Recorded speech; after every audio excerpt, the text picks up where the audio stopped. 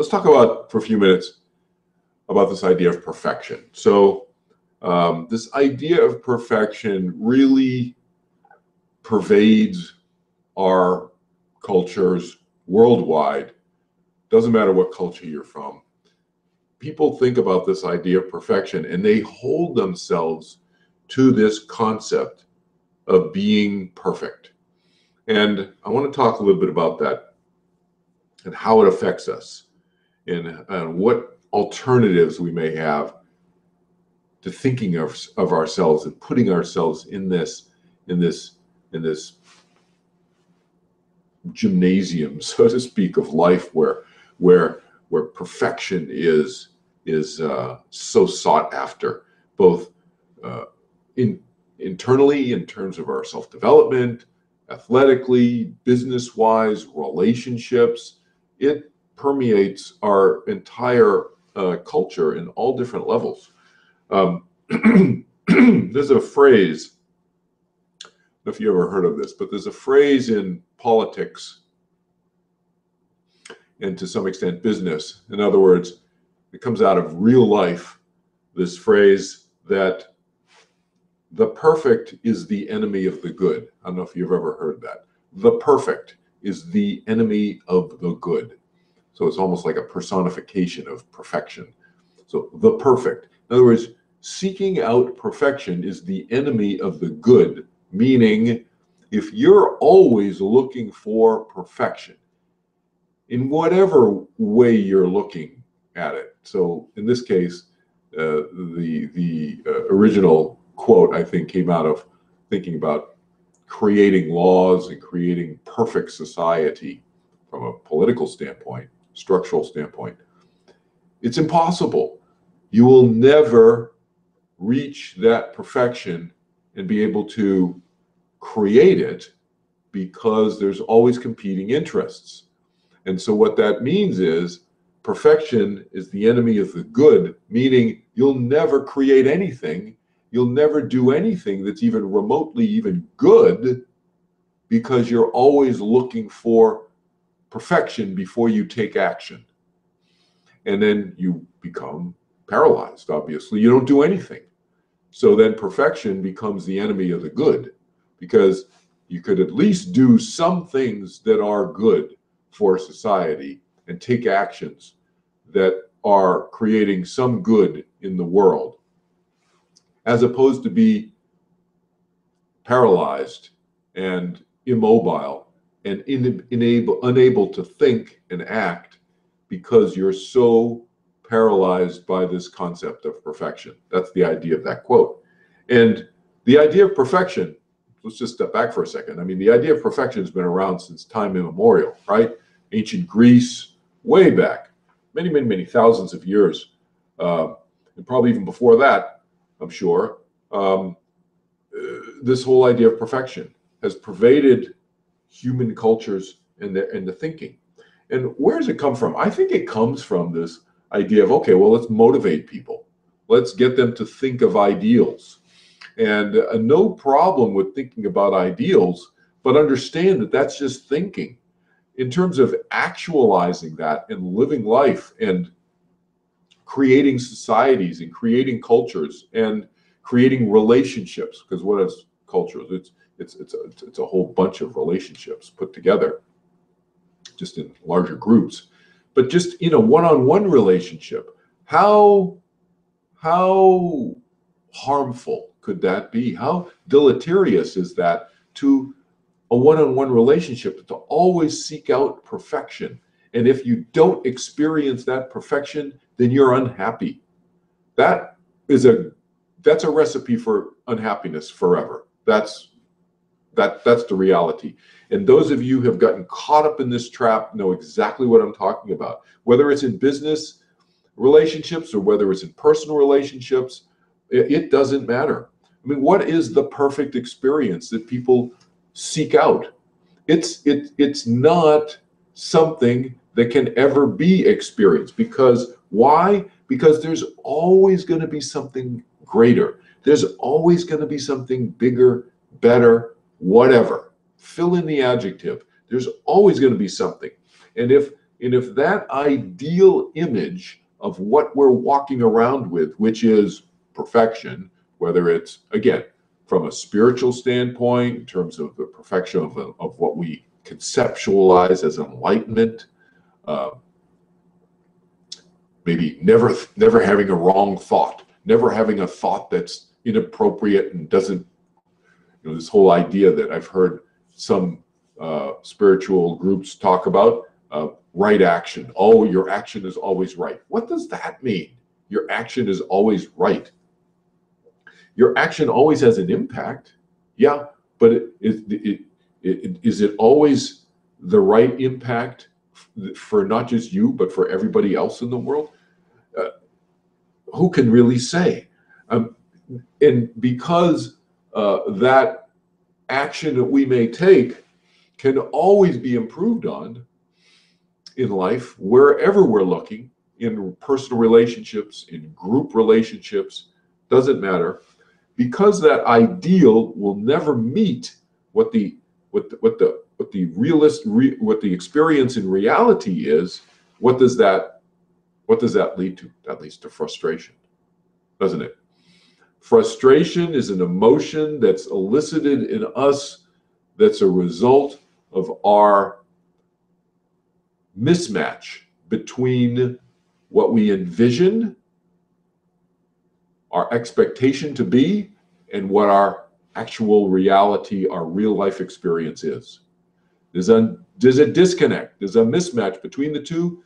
We get frustrated, and then to the extent that we continue and pursue and continue to try to have that experience of real life be the same as that experience of perfection, if we continue that, it leads to anger. We get angry. We get more and more frustrated. We start fuming, and we get angry because we're never be able to reach that. It's unattainable. These are what I call impossible desires. We have certain desires, and if we create the desire to be, it has to match perfection in order for us to be happy. That's an impossible desire. That's a recipe for unhappiness. That's how we can guarantee that we will always be dissatisfied and unhappy in life. And how messed up is that? That is not what we want. Frustration, restlessness, depression, those are the logical outcomes of that type of mismatch. And people do it in our cultures throughout the world all the time.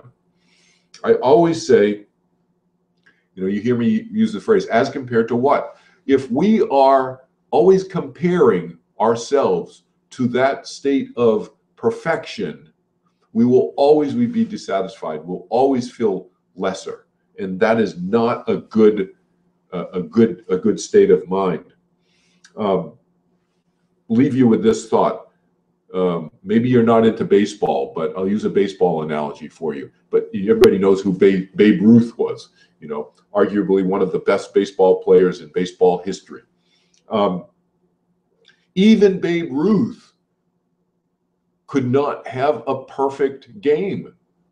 No one can have that level of perfection in real life. They would say things like, oh, Babe Ruth had a perfect game. Look, he hit the game-winning home run in the bottom of the 9th inning. But did he really have a perfect game as measured by what? He struck out how many times? He didn't hit a home run every single time. I mean, you could always up the ante. Okay, let's say he did hit a home run every single time he got up to bat. And Babe Ruth, we'll call that perfection. Okay, but then you could change the definition of perfection. Did he hit a home run the first pitch of every pitch that was pitched to him? Okay, maybe he did that. Okay, then we can up the ante even more. Did he hit that pitch in a downpour when it was raining and everything was slippery and he could hardly see? Okay, maybe he did that. Then you could up the ante even more. Did you see where I'm getting at? I mean, did he hit it in a 20-mile-an-hour wind? Did he hit it in 50-mile-an-hour? Did he hit it in 100-mile-an-hour winds?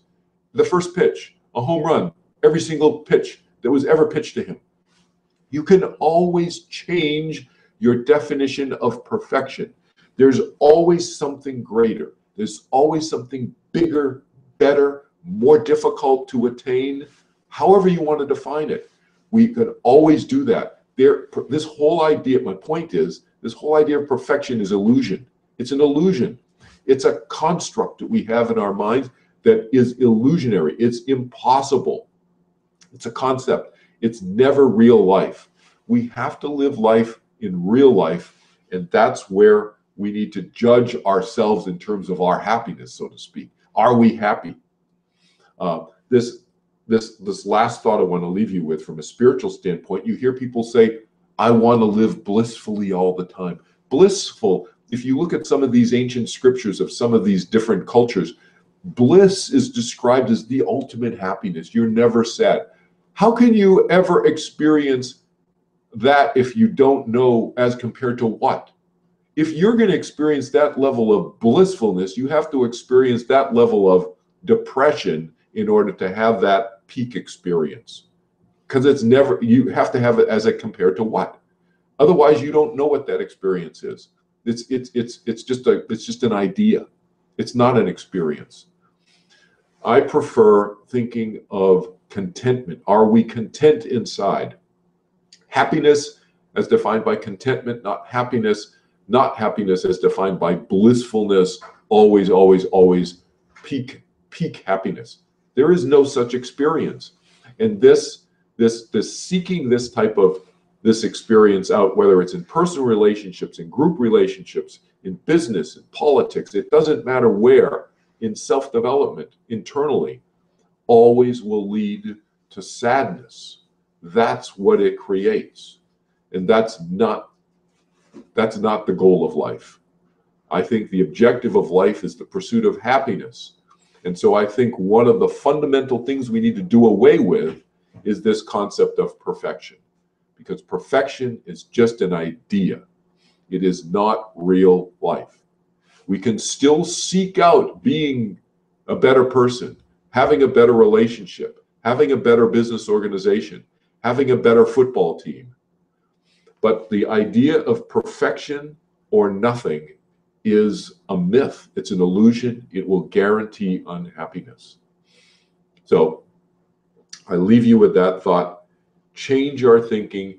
Don't be so hard on ourselves.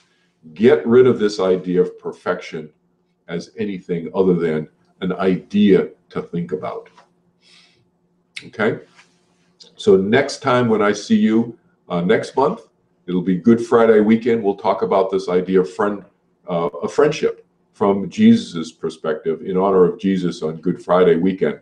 We'll talk about his perspective in terms of friendship. So see you again then. Feel free to come back here as often as you like. By the way, the group meditation we just did was a 15-minute group meditation. Some people have wondered if we could have a 15-minute group meditation. So I did one here for you, so you can fast forward to the group meditation and you can have the guided virtual meditation with me that way for 15 minutes if you wanted a longer version than the 5 and the 10 minutes that's on the website already. Okay? Great to see you again. Have a good month. Take care.